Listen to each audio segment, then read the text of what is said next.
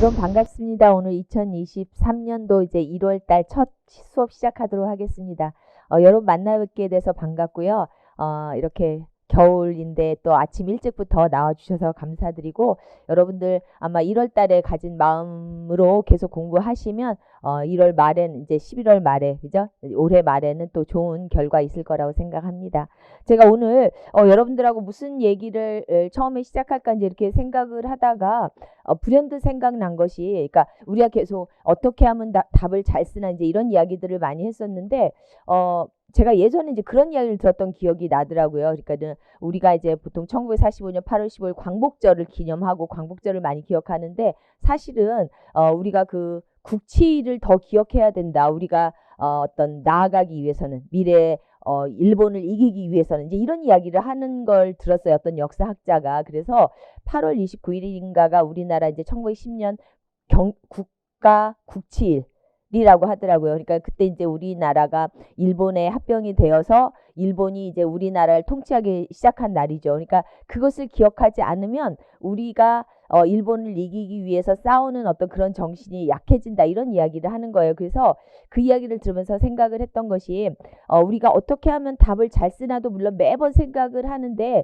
또 한편으로는 왜 내가 안 됐는가를 생각해 보는 게 어쩌면 내가 답을 잘 쓰기 위한 방법으로 나아갈 수 있는 좋은 방법이 아닌가라는 생각이 들었습니다. 그래서 여러 가지를 이제 생각을 해보았어요. 근데 그 중에 몇 가지가 떠오른 것이, 제가 이제 우리 선생님들 이렇게 스터디하는 것들을 이렇게 보고 이야기 듣고 이제 이러면 그런 이야기들을 하세요. 그러니까는 스터디에서 어떤 공부를 하냐면, 뭐 이렇게 쭉 써놓고 뭐 구멍을 뚫어놓고 아니면 가로해놓고 거기에 빈칸 채우기라든지, 아니면 뭐는 뭐야 라고 물어와서 뭐 세 가지 답하기, 뭐 이런 것들을 이렇게 스터디원들하고 같이 공부해서 거기에서 틀리면 뭐 말하자면 뭐 100원 내기 1000원 내기 뭐 이런 식으로 해서 이제 공부를 한다라고 해요.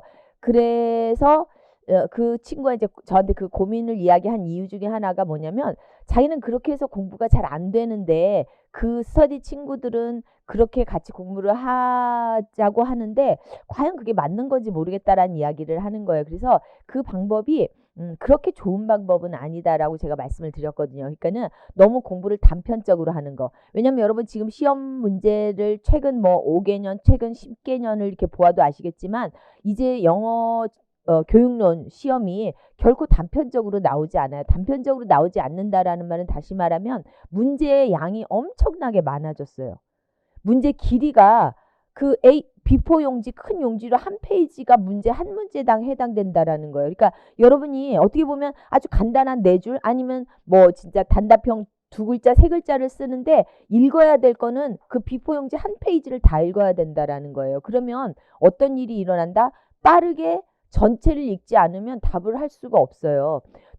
제가 사실 이번에 여러분 2023년도 이제 그 기출문제 답안을 이렇게 내면서 가능하면 그래도 좀 빨리 내야 되겠다 생각을 해서 이제 언제 그 시험 문제가 나오나 이렇게 계속 교육과정 평가원에 들어가서 클릭하고 또 클릭하고 보다가 한 5시, 6시쯤 되니까 이제 그 문제가 뜨더라고요. 그래서 그때부터 보는데 이제 보다 보니까 이제 좀 피곤해지잖아요. 그래갖고 마지막 B번, 정말 11번에 가서 이렇게 그냥 쭉 한번 보니까 이거 그 잉글리시 어세스먼트에 나와 있는 그 내용이더라고요. 그래서 그냥 그 내용이겠거니 하면서 대충 맞춰서 이제 답을 했는데 그 답에 하나가 오류가 생기더라고요. 그래서 정말 시험 볼 때 이런 식으로 되겠다. 또 특히나 B형 11번쯤 가니까 이제 A형에서부터 집중했던 마음이 조금씩 사라지면서 그 많은 내용을 다 완전하게 막 그 정독해서 읽기가 어렵다라는 거죠. 그래서 여러분들이 전체를 빠르게 읽고 답을 해내는 그 방법이 중요한 것인데, 지금 어떤 공부 방식은 한편으로 보면 오디오 링규얼 시대의 방법인 것처럼 공부를 해요. 그냥 워드 바이 워드로 하나하나씩 뭐 암기하고, 그죠? 뭐 오버러닝하고 그런 식으로 해서는 이제 2024년 이제 21세기의 그 학생들을 만나는 여러분들이 어떤 대응하기가 어렵다라는 것이죠. 그래서 그런 의미에서 여러분들이 공부를 좀 더 전체적으로 맥락을 살펴서 좀 많은 양을 빠르게 읽는 그러한 습관을 들이는 게 중요하겠다라는 말씀을 드리겠습니다. 그 다음에는 또 하나 중요한 것 중에 하나는, 무엇인가를 마스터해야 그 다음을 넘어간다, 이런 생각들을 많이 하시는 것 같아요. 그래서 어떤 내용을 이렇게 하는데 이거 마스터를 뭐 예를 들어 뭐 TVP를 완전히 마스터한 다음에 그 다음에 뭐 PLLT 넘어가고 뭐 PLLT 완전히 마스터하고 또 뭐 넘어가고 이런 식으로 생각을 하는 거예요. 근데 절대로 그렇지 못해요. 어떤 것을 여러분 마스터한다라는 거는 그야말로 오디오 링규얼 시대의 생각이에요. 그냥 내가 I am going to school 이거를 마스터하는 거예요. He is going to school, they are going to school 막 이것들을 끊임없이 해서 완전 be going to를 완전히 마스터하는 거. 그건 가능하죠. 오디오 링규얼 시대는. 그런데 여러분 커뮤니커티브로 넘어갔다라고 생각을 해보세요. 뭔가를 마스터한다라는 건 일어날 수가 없어요. 왜냐하면 항상 어떠한 새로운 상황이 나오고 새로운 친구가 나가고 새로운 상대방이 나가고 하기 때문에 그렇게 마스터하고 그 다음을 넘어갈 수가 없다라는 거죠. 그래서 여러분들이 무엇인가를 마스터하고 그 다음을 넘어간다라는 이러한 생각은 버리시고 이거를 이만큼 했으면 또 다른 거를 하면서 계속 강화시키는 거예요. 그러니까 무엇인가를 더해주면 거기에 더해지면서 강화가 된다라는 거죠. 그러니까 여러분들이 무엇인가를 마스터해서 그 다음을 넘어간다 이런 생각보다는 이걸 하면서 계속 함께 해나간다 이런 마음으로 생각을 하시면 되겠습니다. 그래서 조금 더 여러분들이 공부했던 방식이 내 방식이 이런 시험의 어떤 유형과 맞지 않다라고 만약에 생각을 하셨다면 조금 공부 방법을 현대식으로 왜냐하면 지금 문제가 굉장히 그 21세기식의 문제예요. 그렇기 때문에 여러분이 그냥 19세기식의 공부를 한다라고 하면 그 21세기의 공부 방식을 맞출 수가 없다라는 거죠. 그래서 여러분들이 그 방식을 맞추기 위해서는 좀 그러한 공부 방식을 바꾸는 것이 중요하겠다라는 말씀을 좀 드리고 시작을 하고 싶습니다. 네. 교재 나가기 전에 조금 정리를 한번 해보도록 할게요. 여러분들 그 자료 보시면 제가 그 자료에 여러분들이 뭐 연락하실 필요가 있을 때 다음 카페나 이메일로 해주시면 되겠고요. 그 다음에 이쪽에 보면은 이제 우리가 1주부터 8주까지죠. 수업 내용들 쭉 나와 있어요. 오늘은 티칭과 러닝. 그래서 가장 기본적으로 어떤 원리에 의해서 가르칠 것인가에 대한 거 있고요. 그 다음에 이제 매주 이렇게 핵심 형성평가가 나가요. 그래서 우리가 오늘 학습했었던 내용에 대해서 가장 기본적인 키워드적인 내용들을 빈칸에다가 해놨어요. 그래서 여러분들이 교재를 보시면서 그냥 단순하게 그냥 그 키워드 자체만을 보는 것이 아니라 교재를 한번 읽으면서 여러분들이 빈칸을 채워보고 또 그 빈칸에 대한 것을 또 필요하다면 조금 더불어 공부하시고 이렇게 하시면 되겠습니다. 네, 그렇게 해서 매주 그 자료를 이용해 주시면 되겠고요. 오늘은 이제 Teaching by Principles를 하게 될 건데요. Teaching by Principles 나가기 전에 전체적으로 네, 영어 교육론에서 네, 어떠한 내용을 우리가 같이 공부할 것인가를 한번 가보도록 할게요. 영어 교육론의 Teaching by Principles라는 거는 우리 TVP 교재가 있어서 그냥 쉽게 흔하게 하는 말이기도 하지만 실제로는 진짜 어떤 원리에 의해서 가르칠 것인가 가장 기본이 되는 내용이 된다라고 보시면 되겠습니다. 그래서 가장 기본이 되는 영어 교육론에서 가장 기본이 되는 원리가 무엇인가를 이렇게 한번 생각해 보면요. 네.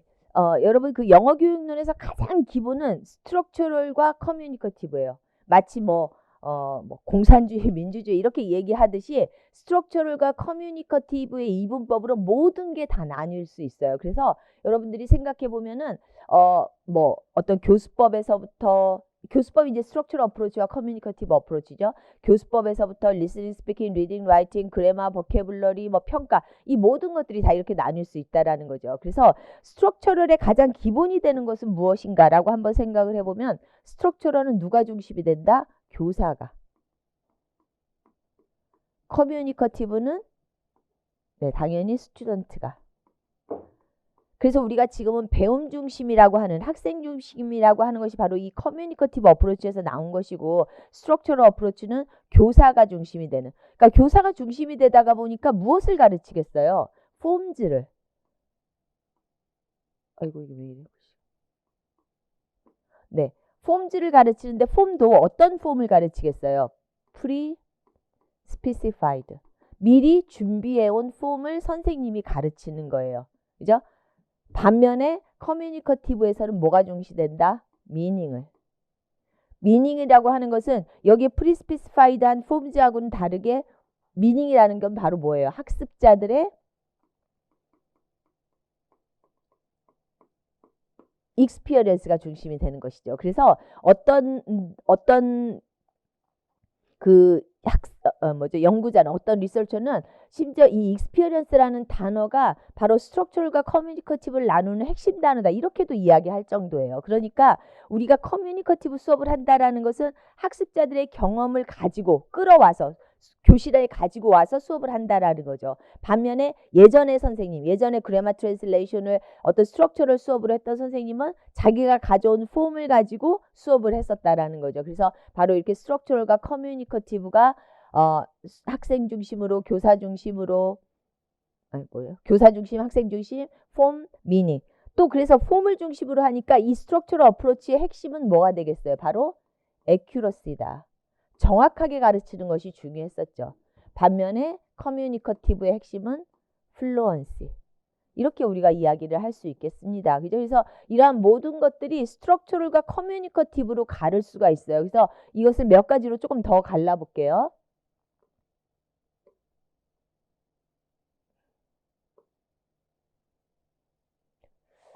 네, 한번 갈라보면 앞에서 이야기했던 것처럼 자꾸 펜이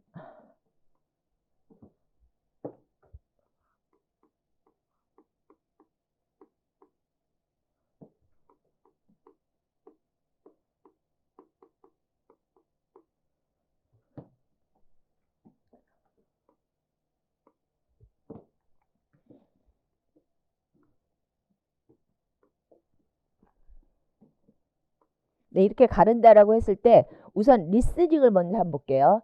스트럭처럴과 커뮤니커티브의 리스닝에서의 차이는 리스닝에서는 무엇을 중심으로 듣는다? 바로 세그멘트란 요소. 세그멘트란 요소라는 건 뭐예요? 바울과 컨소넌트 중심으로 듣는 거예요. 그죠? 그래서 단어 하나하나, 소리 하나하나를 듣는 거. 반면에 커뮤니커티브에서는 수프라 세그멘트를 듣는다라는 것은 인토네이션, 또 프라미넌스 등을 듣는 것이죠. 그렇기 때문에 어떤 미닝을 중심으로 해서 듣게 된다. 우리가 이렇게 이야기할 수 있겠습니다. 그러면 스피킹에서의 스피킹에서는 우리가 계속해서 오디오 링규얼과 커뮤니케이티브의 차이를 얘기했지만 바로 오디오 링규얼식으로, 즉 다시 말하면 드릴 연습을 한다라든지 리피티션 연습을 해서 정확성을 올리는 것이죠. 반면에 커뮤니커티브에서의 스피킹은 우리가 이것은 그대로 뭐 커뮤니커티브 액티비티라고 이야기할 수 있겠는데, 커뮤니커티브 액티비티에서는 뭐 다시 말하지만 미닝을 중심으로 해서, 그죠? 그리고 여기서 하나 핵심 중에 나타나는 것이 하나가 바로 오센틱 머티리얼이에요. 그래서 우리가 커뮤니커티브한 어프로치가 생기면서의 가장 도드라졌던 어떤 그 특성 중에 하나가 바로 오센틱 머티리얼이에요. 그러니까 그 이전에는 없었던, 그냥 어떤 교과서에 있었던 뭐 where are you going, I'm going to school 뭐 이런 식의 어떤 방법이 이 커뮤니커티브가 나타나면서 오센틱 머티리얼로 뭐 뉴스페이퍼라든지 또 뭐 매거진이라든지 이런 것들을 활용해서 쓰고 있다라는 것이죠. 그래서 바로 이러한 스피킹이 발전이 되었다. 이렇게 이야기할 수 있겠습니다. 그 다음에 리딩을 한번 볼까요?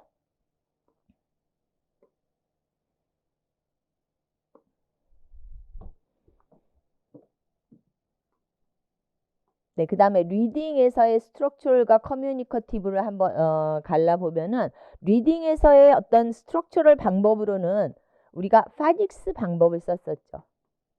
파닉스 방법이라는 건 곧 뭐다? 디코딩 방법. 한 번 더 말해서 바텀업 프로세싱으로 읽어 나간다라는 거예요. 그죠? 그런데 커뮤니커티브에서의 리딩은 파닉스의 반대로 홀 랭귀지 어프로치. 홀 랭귀지 어프로치는 곧 탑다운 프로세싱으로 읽어 나가는 거예요. 그래서 전체를 먼저 이해하고 나중에 분석해 나가는 방법이죠. 그래서 이와 유사한 활동으로 우리가 리트러처 베이스나 또 랭귀지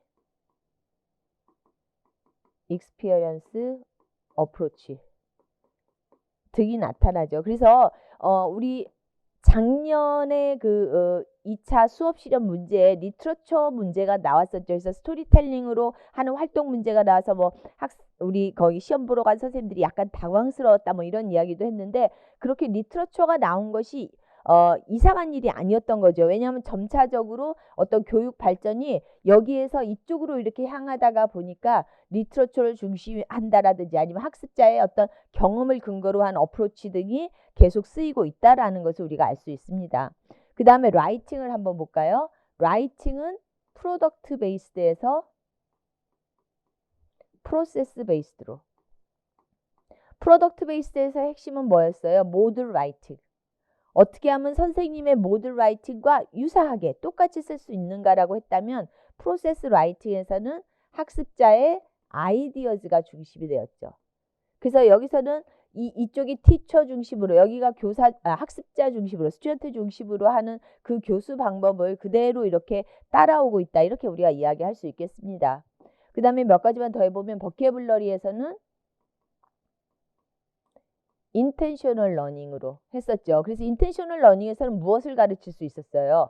여기 때는 디노테이션, 즉 다시 말하면 그 단어의 뜻을 가르치는 거예요. 뭐 이것은 의자야, 이거는 뭐 책상이야, 뭐 이런 식으로 그 단어의 뜻을 가르쳤다라고 하면 여기서는 인시덴트 한 러닝. 물론 여기서 디노테이션 뜻도 가르치지만 동시에 뭐가 더 중요하다? 커노테이션 혹은 컬로케이션 등을 더 중시했다라는 거죠. 그러니까 커노테이션은 우리가 도구, 강아지 하면 그냥 강아지는 도구는 개야, 강아지야 이렇게만 해석하는 것이 아니라 그 도구가 가진 뭐 긍정적인 의미 아니면 부정적인 의미 아니면 뭐 따뜻한 의미, 그러니까 어느 나라에서는 도구라고 하면은 뭐 따뜻하고 예쁜 이미지로 어디에서는 좀 천박한 이미지로 이렇게 쓰일 수 있다라는 거죠. 그런 것들이 바로 다 커노테이션에서 나타나는 이미지죠. 그 다음에 컬로케이션은 이 단어를 그냥 하나로 워드 바이 워드가 아니라 함께 쓰이는 단어와 함께 학습하는 거. 이런 것은 말하자면 인텐셔널만으로는 이루어질 수가 없다라는 거예요. 인텐셔널은 야 이것은 이거야 라고 가르치는 것이기 때문에 이것은 다 설명만으로는 이루어질 수가 없는 거. 그래서 학습자들이 어떤 컬처럴 커노테이션, 문화적인 커노테이션 이러한 것들을 스스로 배워갈 수 있도록 하는 것, 문장 안에서 배워갈 수 있도록 하는 것들이 중요하다. 이렇게 이야기할 수 있겠습니다. 그 다음에 마지막으로 그래마를 하나 볼까요? 네, 그래마는 focus on forms로. 그죠? 이거는 바로 우리가 synthetic syllabus라고 하는 데서 나타나죠. focus on forms라고 하는 것은 그 폼을 오늘 BING 배우고 내일 have PP 배우고 이런 것들이 쭉 모여가지고 synthesize 다 모아지면 그게 하나의 언어로 이루어진다라는 이야기였고 커뮤니커티브 시대에 와서는 focus on form으로 focus on form이라는 건 synthetic과 반대로 뭐예요? 애널리틱으로. 애널리틱이라는 거는 뭐다? 우선 먼저 전체를 알고 나중에 애널라이즈 분석하는 거죠. 그죠? 그래서 그 말은 다시 말하면은 어떤 문법을 배울 때 먼저 어떤 전체를 먼저 알고 나서 사용을 하고 그것을 하나하나 분석하는 수 있도록 하는 거. 이게 바로 애널리틱 실러버스, 애널리틱 어프로치로 이루어지는 포커스 온 폼 방법이다. 이렇게 이야기할 수 있겠습니다. 그래서 이거는 말하자면 지금 말씀드렸던 것은 우리가 가장 영어 교육론의 기본 스트럭처럴과 커뮤니커티브의 어떤 그 갈름을 통해서 이렇게 listening, speaking, 그 다음에 reading, writing, vocabulary, 그래마까지를 전체적으로 한번 다 훑어본 거예요. 그래서 우리가 가르치는 원리, teaching by principles를 할 때 여러분들이 이러한 것을 도대체 어떻게 가르치면 학습자들이 잘 이해를 할 수 있는가를 공부하는 것이 오늘의 바로 Teaching by Principles의 어떤 기본이 된다. 그래서 이러한 것들을 잘 가르치기 위해서 간단하게 Teaching by Principles에서 어떤 것들을 이야기하는지만 조금 보도록 할게요. 여기서 지금 크게 뭘로 나누고 있냐면 Cognitive, Social Affective, Linguistic 이렇게 지금 세 가지로 이렇게 나누고 있거든요.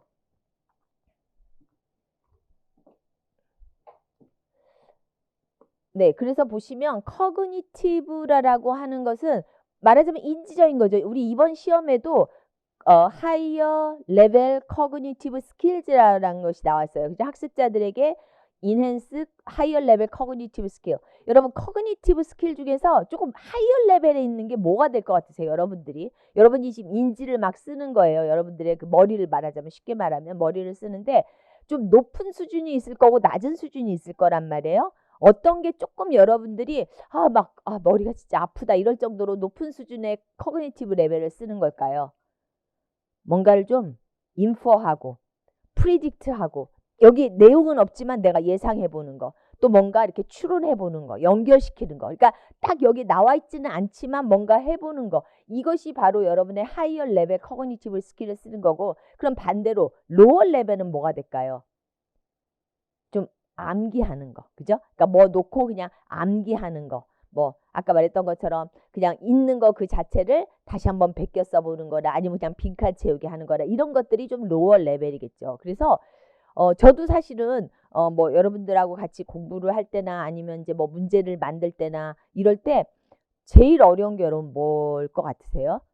문제 만드는 거예요. 그래서 어느 때는 그 문제 만드는 시기가 되면은 막 벌써 약간은 그 막 부담이 그러니까 공부라기보다 문제를 내기 전에 벌써 부담감이 이렇게 누를 정도로 막 되게 머리가 아파요. 그러니까는 정말 그 물리적으로, 그죠? 정신적으로 공부를 이렇게 하다가 보면 물리적으로 좀 머리가 아프죠. 그래서 제가 여러분들한테도 예전에 한번 또 스터디하는 친구들 중에 그런 친구들이 있었어요. 한 3명이서 모여서 하는데 어떤 스터디를 하냐 했더니 이제 일반 영어 공부를 하면서 그 신문 기사를 같이 읽는다고 그러더라고요. 그래서 신문 기사를 읽고 그 다음엔 어떻게 하냐 하니까 토론을 한대요. 토론을 해서 뭐 여기 주제문이 무엇이었는지 이제 이야기해보고 이제 뭐 헤어지는 그런 스터디를 한다라고 하더라고요. 그래서 그러면 답은 어디에 있냐 그러니까 답은 없대요. 근데 그냥 서로 토론하다가 가는 그런 스터디라고 이야기를 하더라고요. 근데 제가 그랬어요. 그런 공부는 좋은데 시간이 굉장히 오래 걸리는데, 여러분들이 시간을 뭐 끝없이 내 영어 실력을 진짜 늘리기 위해서 막 끝없이 뭐 몇 년씩 공부하고자 하는 게 아니라 어쨌든 이 시험에서는 정확한 답을 끌어내서 좋은 점수를 받기 위한 것이기 때문에 그 공부만으로는 부족하다라고 말씀을 드렸어요. 그러니까 그 말은 뭐냐면 여러분들 공부가 그냥 정말 머리도 안 아프고 편하게 공부하다 내가 끝났다. 그러면 약간은 부족한 거예요. 약간은. 조금 머리가 좀 공부를 끝나고 나면 머리가 조금 아프고 좀 띵하고, 사실은 그 정도를 돼야 여러분들이 진심으로 그 공부에 집중했고 뭔가 여러분의 그 커그니티브 스킬을 많이 썼다라는 거죠. 그래서 지금 여기서 커그니티브한 영역으로는 어떤 것들이 있다라고 이야기하냐면 오타너미와 오토매티스티와 대표적인 것만 조금 적어봅니다. 트랜스퍼가 있다라고 이야기하죠. 그래서 오타너미는 우리가 셀프 레귤레이션이라고 이야기하죠.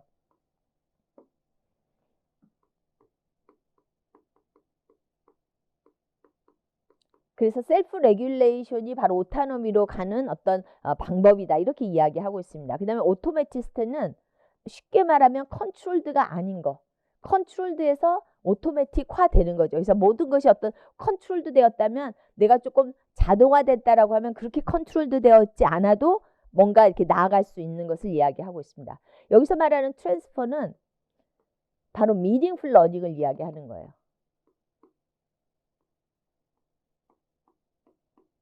그러니까 이전의 학습이 다음 학습으로 트랜스퍼 된다라는 거죠. 그게 바로 미닝풀 러닝이라는 거예요. 그래서 여러분 오스벨이 말하는 그 유의미 수업의 이야기처럼 여러분이 유의미 수업을 하지 않으면 어떤 일이 일어난다? 장기 기억 장치로 가지 못하는 거예요. 그래서 우리가 유의미 수업을 하라고 계속 이야기하는 이유 중에 하나가 그 자체만이 아니라 여러분 유의미 수업을 해야지만이 장기 기억 장치로 가서 장기 기억 장치로 가는 중요성은 뭐다? 바로 아웃풋이 나올 수 있다라는 거예요. 그래서 여러분이 이렇게 이야기하는 스님들이 있어요.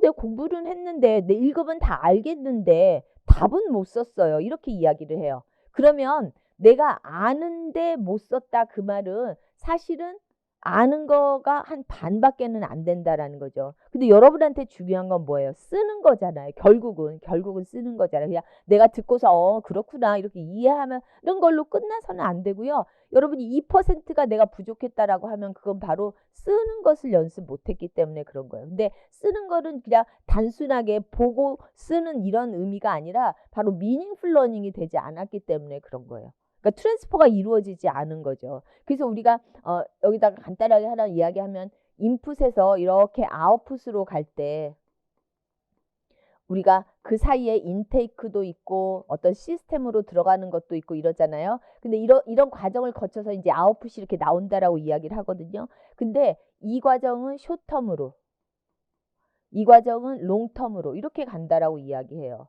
그래서 아웃풋이 진짜 내가 나오기 위해서는 여기에서밖에는 못 간대요. 그러니까 여기에 있는 애는 여기까지 못 간다라는 거예요. 그러니까 여러분이 진짜 내가 어떤 아웃풋을 만들어내기 위해서는 시스템 속에다 이렇게 넣어야지만이 롱텀에 갈 수 있다라는 거거든요. 그래서 여러분이 공부를 하실 때도 이런 것들을 이렇게 보면서 이게 물론 내가 학습에 가르치는 데 필요한 원리지만 여러분들의 학습에도 좀 적용을 하실 수 있지 않나라고 생각을 합니다. 그래서 내가 혹시 여기까지 미치지 못했나 한 단계 더 나가야지만이 아웃풋을 쓸 수 있었는데 그 아웃풋까지 못 가지 않았나 한번 생각해 보실 수 있는 그런 좀 시간이 되실 수 있을 것 같아요. 그죠?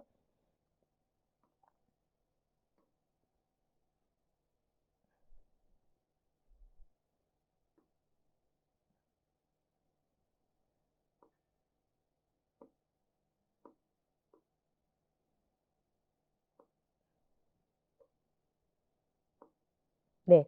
그 다음에 소셜 어펙티브라고 하는 것은 말 그대로 소셜적인 거하고 어펙티브적인 측면을 이야기하는데 소셜적인 측면을 먼저 얘기하면 랭귀지와 컬처의 관계를 이야기합니다. 그래서 랭귀지와 컬처의 관계는 우리 이번 시험에도 사실은 나왔어요. 그래서 그래마를 가르치는데 컬처와 인터그레이티드해서 가르치는 그래서 어떻게 인터그레이션을 통해서 가르칠 수 있는가가 바로 랭귀지와 컬처의 인터그레이션을 통한 수업이다. 이렇게 우리가 이야기를 하는 거고요. 어펙티브한 측면으로 이야기할 수 있는 것은 바로 willingness to communicate. 영어에서 굉장히 중요한 것 중에 하나죠. 내가 말을 하지 않으면 어쨌든 새로운 언어를 습득했다라고 이야기할 수가 없기 때문에 새로운 언어를 계속 습득하기 위한 방법으로 willingness to communicate. 그래서 우리 이따 이제 본문에서 조금 자세하게 보겠지만 뭐 셀프 컨피던스도 높아야 되고 셀프 에피커시도 높아야 되고 또 리스크 테이킹도 높아야 되고 반면에 앵자이어티는 좀 낮아야 되고 이러한 것들이 바로 willingness to communicate의 요소다라고 이야기할 수 있겠습니다.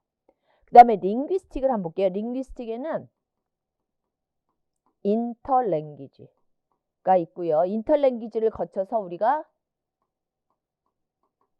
커뮤니커티브 컴피던스를 높일 수 있다. 이렇게 이야기하죠. 인터랭귀지라고 하는 거는 곧 에러가 있는 언어예요. 그죠? 그러니까는 우리의 랭귀지, 학습자의 언어가 에러가 있다라는 거죠. 그러니까는 학습자의 언어는 완전히 완성된 언어가 아니라 나아가고 있는 디벨로핑 되고 있는 것이기 때문에 에러가 있는 랭귀지다. 그래서 이 에러라는 것이 바로 어떤 오디오 링규얼과 커뮤니커티브를 가를 수 있는 단어 중에 하나가 됩니다. 왜냐면 오디오 링규얼에서는 뭐라고 해요? 에러? 땡, 나쁜 거야. 쓰면 안 돼. 그래서 에러를 없애기 위해서 리피티션을 하고 오버러닝을 하고 끊임없이 연습하는 거였거든요. 그래서 그때는 practice makes perfect라고 해서 끊임없이 똑같은 거를 100번씩 연습하게 해서 완벽하게 에러는 없애야 돼. 이렇게 얘기했지만 지금 커뮤니케이션에 와서는 어때요? 에러는 디벨로핑 프로세스고 에러를 통해서 학습자가 발전하고 있다는 걸 볼 수 있는 거야. 이번에 백슬라이딩이라는 것도 바로 어떤 거예요? 이렇게 U-shaped잖아요. 그래서 이렇게 처음에 쌩이라고 잘 배웠어요. 처음에 싱쌩송에서 쌩이라고. 근데 그 다음에 학습자가 갑자기 싱드라고 해요. 그러니까는 더 발전할 줄 알았더니 갑자기 싱드라는 오류가 나타났단 말이에요. 그러고 나서 다시 생으로 올라간 거죠. 그래서 이렇게 U-shaped, 백슬라이딩이 일어났다라는 건 어떤 얘기다? 처음에 생과 마지막에 생이 같은 게 아니라라는 거예요. 이렇게 백슬라이딩이 한번 일어나고 그 다음에 배운 생이 바로 진짜 학습자가 아는 아는 언어다. 이렇게 이야기를 하는 거죠. 진짜 에코지션이 이때 일어났다라고 이야기를 하는 거죠. 그죠? 그래서 바로 이러한 에러가 그냥 없애야 될 나쁜 것이 아니라 디벨로핑 프로세스 상에 있는 것이기 때문에 이거를 통해서 우리가 학습자가 나아갈 수 있도록 한다라는 거죠.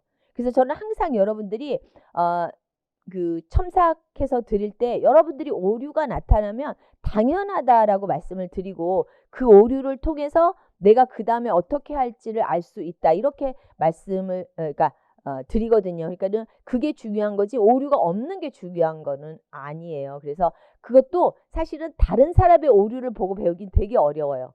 그래서 어떻게 한다? 자기의 오류를 보고 배울 수가 있어요. 그래서 가장 좋은 거는 자신의 모습을 통해서 그 다음으로 나아갈 수 있도록 하는 그러한 방법을 쓴다라는 거죠. 그 다음에 커뮤니커티브 컴피던스는 우리가 잘 아는 것처럼 네 가지 요소가 있죠. 뭐가 있죠? 그래머티컬 컴피던스, 또 디스코스 컴피던스, 그 다음에 소셜 링귀스틱 컴피던스, 그 다음에 마지막으로 스트래터지 컴피던스. 이렇게 네 가지 컴피던스가 있죠. 그래서 이 네 가지의 컴피던스가 있을 때 우리가 커뮤니커티브 컴피던스가 있다라고 하고 이것이 바로 언어 습득을 에 필요한 컴피던스를 갖춘 요소다라고 이야기할 수 있겠습니다. 예전에는 뭐 이 컴피던스의 이름을 뭐 오거나이제이셔널, 뭐 사이코모터 이렇게 다양한 이름들이 있었는데 이제는 거의 이 네 가지로 뭐 정리가 됐다 이렇게 우리가 이야기할 수 있겠습니다. 그래서 이 네 가지 요소가 바로 커뮤니커티브 컴피던스다라고 보시면 되겠습니다. 그래서 오늘 바로 이 Teaching by Principles를 조금 더 상세하게 가보도록 할게요.